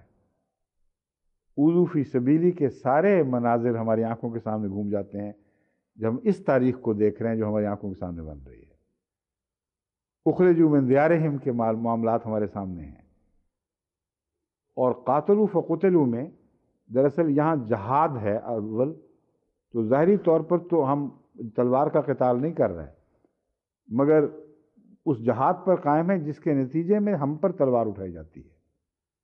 تو قتلوا والا حصہ ثابت کر رہا ہے کہ ہمارا قاتلوا کا جو جہاد تھا وہ خدا کے نزدیک درست جہاد ہے، اس کی سزا یہی ملا کرتی ہے کہ قتل کیے جاؤ۔ تو اس دور میں جو خدا کی طرف سے خوشخبریاں آ رہی ہیں، ان میں سے ایک یہ بھی خوشخبری ہے کہ جس چکی سے صحابہ کو گزارا گیا اور ان کو ریفائن کر دیا گیا اور ان کی برائیاں دور کی گئیں، اس چکی سے ہم بھی گزارے جا رہے ہیں۔ بس اللہ تعالیٰ ہمیں ہمارے حق میں وہ وعدے پورے فرما دے جو پہلے نبیوں سے اس نے کیے تھے۔ اس کا پہلا دور کامیابی کے ساتھ گزر گیا، یعنی حضرت محمد صلی اللہ علیہ وسلم کے اولین کا دور، اور دوسرے دور میں بھی وہ ضرور پورے ہوں گے اگر اس کی علامتیں ظاہر ہوں اور وہ ٹھیک علامتیں ہوں۔ تو خدا کے فضل سے دونوں علامتیں پکی ہیں۔ ہماری حقیر معمولی قربانیاں ایک طرف ہیں اور بے شمار خدا کے فضل دوسری طرف۔ تو وعدے کے ایفاء کے دور میں ہم بھی داخل ہوئے اپنی کمزوریوں کے باوجود، اور اللہ تو بڑی شان کے ساتھ آسمان سے وہ وعدے پورے فرما رہا ہے۔ اللہ اس دور کو ہمیشہ آگے بڑھاتا چلا جائے ترقی کے راستے میں، اور مزید اسلام کے غلبے کے دن ہم اپنی آنکھوں سے دیکھیں۔